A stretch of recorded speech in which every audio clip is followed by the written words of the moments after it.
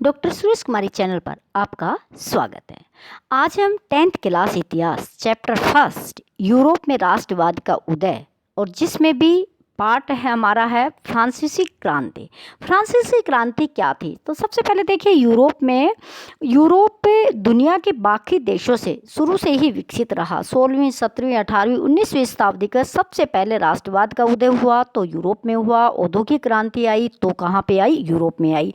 अब देखिए यूरोप में England, Germany, Italy, France, Belgium, Netherland और स्विट्जरलैंड, ये सारे देश जितने भी हैं ये सारे कहाँ पे स्थापित है? यूरोप में स्थापित है। अब देखिए सबसे पहले जो भी राजा के विरुद्ध क्रांति हुई या अपने अधिकारों के लिए समानता, स्वतंत्रता, बंधुत्व के लिए क्रांति हुई तो वो कहाँ पे हुई थी? यूरोप के फ्रांस के अंदर हुई थी। तो देखिए अब हम सबसे पहले पढ़ेंगे कि किस तरह 1789 में फ्रांस में क्या हुई थी? क्रांति हुई थी। तो देखिए आज का जो आधुनिक युग में उनमें जितने भी बड़े बड़े परिवर्तन हुए उसमें पाश्चात्य सभ्यता को क्या कर दिया था? हिला कर रख दिया था। तो 1789 की जो राज्य क्रांति हुई थी वो एक सबसे बड़ी यानी कि सबसे बड़ी जटिल और नाटकीय क्रांतियों में मानी जाती है। फ्रांस ही नहीं, विश्व के बहुत बड़े, फ्रांस नहीं, यूरोप नहीं, दुनिया के बहुत बड़े एरिया में जनजीवन को क्या किया था? इस क्रांति ने प्रभावित किया था। क्योंकि 18वीं शताब्दी में फ्रांस की सामाजिक राजनीतिक दशा में और ज्ञान के उदय में बहुत अधिक परिवर्तन आया और वो परिवर्तन आया, विचारों का फैलाव हुआ और उसके बाद क्या हुई? ज्ञान के साथ में विचारों का तालमेल हुआ और उसके बाद में क्या हुई? एक बहुत बड़ी क्रांति हुई। क्योंकि कहते हैं कि जब व्यक्तियों को ज्ञान प्राप्त होता है, व्यक्ति अच्छी शिक्षा प्राप्त करता है तो वो अन्याय को सहना क्या कर देता है? मना कर देता है।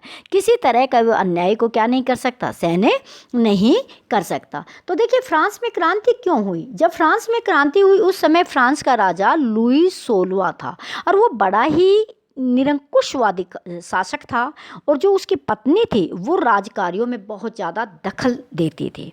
बड़े ही अपने तरीके से वो क्या करते थे? जीवन यापन करते थे। तो फ्रांस की क्रांति का एक नहीं अनेक कारण है। तो सबसे पहले हम देखते हैं कि सामाजिक कारण फ्रांस की क्रांति के कौन कौन से रहे। सामाजिक कारण फ्रांस की क्रांति के बड़े दिलचस्प है। देखिए फ्रांस का जो राजा था वो क्या था कि एक तरह से निरंकुशवादी था। तो फ्रांस का जो सामाजिक ढांचा है वो बहुत ज़्यादा दोषपूर्ण था। क्या रहा उसमें कि 90% लोग, जो जनसंख्या थी वहाँ की, वो किसान वर्ग थे। 90% वहाँ पे क्या थे? किसान थे।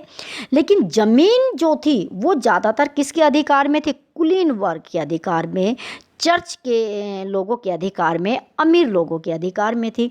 अब क्या होगा? किसान है, उसके पास ज़मीन नहीं है, ज़मीन है जिनके पास, वो कोई काम नहीं कर रहे हैं। दूसरी व्यवस्था क्या थी? जो कुलीन वर्ग थे, जो राज घराने के लोग थे, पादरी जो लोग थे, जो चर्च में अपनी प्रार्थना वगैरह किया करते थे, उनके पास एक विशेष अधिकार यानी कि वीआईपी की तरह वो लोग क्या करते थे? जीवन यापन करते थे।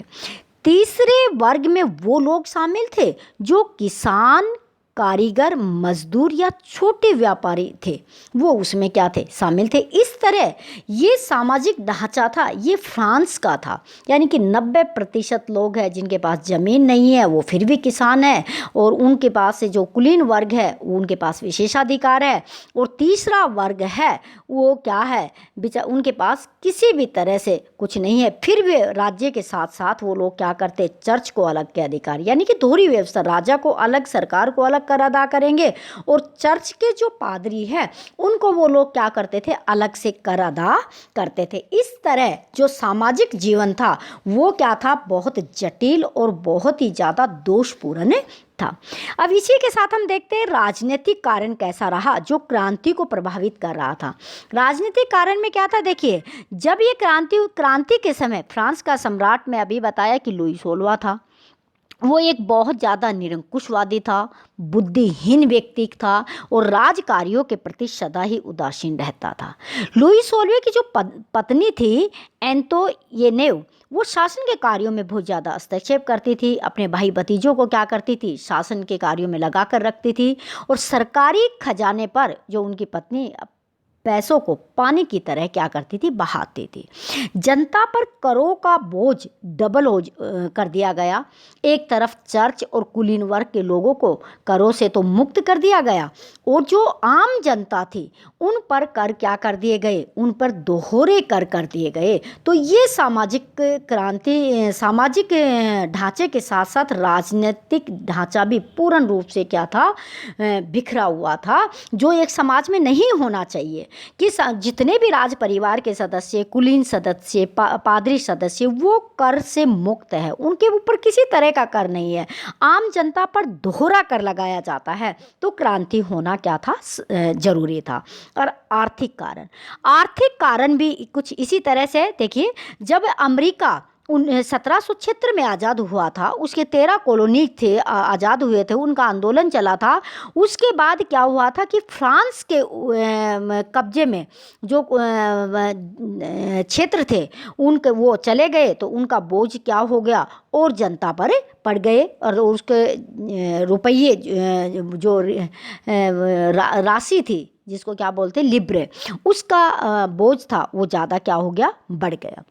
राजमहल जो था, जहाँ पे राजा और रानी और राज परिवार के सदस्य थे, वहाँ पे फिजूल खर्ची की जाती थी, जिससे देश की आर्थिक स्थिति क्या हो गई, खराब हो गई। गरीब लोगों पर जो कर था वो बहुत भारी लगा दिया गया, जो वो पे नहीं कर पाते थे। यहाँ तक कि पाव रोटी के लिए भी इतनी महंगाई हो गई कि वो पेट भरने के लिए गरीब लोगों के पास क्या नहीं होता थे, किसी तरह की पैसे की व्यवस्था नहीं होती थी। इसलिए देखिए, जब पेट की आग शांत नहीं होगी तो कहीं ना कहीं जनता क्या करेगी, आंदोलन करेगी। इसी के साथ और भी कारण है जिसमें दार्शनिकों का बड़ा योगदान माना जाता है। सामाजिक, आर्थिक, राजनीतिक के अलावा फ्रांस की क्रांति में दार्शनिकों का बहुत बड़ा योगदान रहा। रूसो का नाम सबने सुना हुआ है कि रूसो ने एक नारा दिया था कि हम स्वतंत्र पैदा हुए हैं और स्वतंत्र ही हमें जीने का अधिकार है। यानी कि रूसो की विचारधारा थी, उसी समय के फिलोसफर थे। रूसो ने अपनी पुस्तक लिखी थी, एक सामाजिक अनुबंध, जिसमें राजा के दैविक अधिकारों पर क्या की थी, बहुत बड़ी चोट की थी। इसी तरह जॉन लॉक ने टू ट्रीटाइजेस ऑफ द गवर्नमेंट अपनी पुस्तक लिखी, जिसमें राजा के दैवीय और निरंकुश अधिकारों के सिद्धांत का खंडन किया कि ये किसी काम करे, राजा कोई ईश्वर का अवतरण नहीं है, राजा को ये सारे अधिकार नहीं दिए जा सकते। इसी तरह मॉन्टेस्क्यू ने अपनी पुस्तक the spirit of the laws लिखी, जिसमें विधायिका, कार्यपालिका और न्यायपालिका यानी कि 3 तरह की सरकार के 3 अंगों का वर्णन किया था कि एक ही राजा के पास सारी शक्ति नहीं होनी चाहिए, तीनों संस्थाएं अलग अलग क्या की जाए, विभाजित की जाए। इनका बहुत ज़्यादा गहरा प्रभाव पड़ा था। यहाँ पर देखिए, जो राजा लुई 16वां हुआ करता था वही कार्यपालिका था, वही विधानमंडल था, वही न्यायपालिका था। लेकिन जो मॉन्टेस्क्यू ने जो थ्योरी दी थी इसकी विभाजन की, शक्तियों के विभाजन की, शक्ति पृथक्करण थ्योरी जिसको कहा जाता है, वो बहुत महत्वपूर्ण साबित हुई। वॉल्टेयर ने ये सिद्धांत दिया था कि जो चर्च होता था उस समय, वो जितने भी धार्मिक ढोंग करता है, धार्मिक आडंबर करता है, और पादरियों के अंदर जो भ्रष्टाचार है और निरंकुशता है, वो किसी भी जनता के लिए अच्छी नहीं है। तो देखिए, कहा जाए कि ये 4 फिलोसफर इतने महत्वपूर्ण रहे कि उनके विचारों से प्रभावित होकर फ्रांसीसी क्रांति ने एक विश्व में बहुत बड़ा परिवर्तन खड़ा कर दिया। और ये तो थे जो क्रांति के लिए बैकग्राउंड तैयार करने वाले कारण।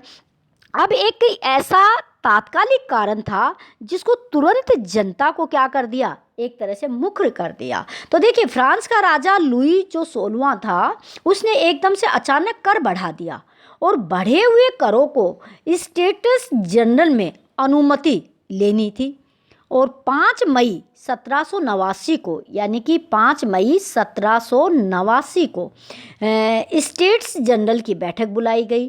पहले और दूसरे स्टेट ने इस बैठक में अपने 3 प्रतिनिधि भेजे, और तीसरे स्टेट में इस बैठक में 6 प्रतिनिधि भेजे।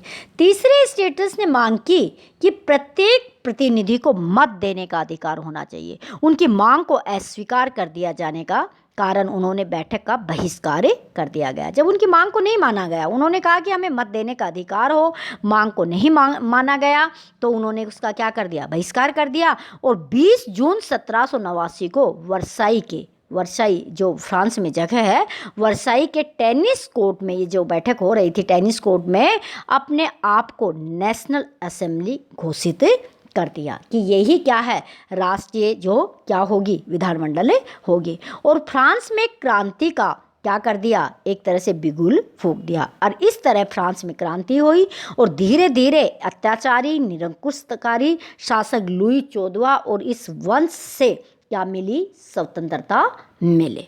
ये क्वेश्चन इतना ही है। वीडियो को लाइक कीजिए, शेयर कीजिए, चैनल पे नए हैं तो सब्सक्राइब कीजिए। थैंक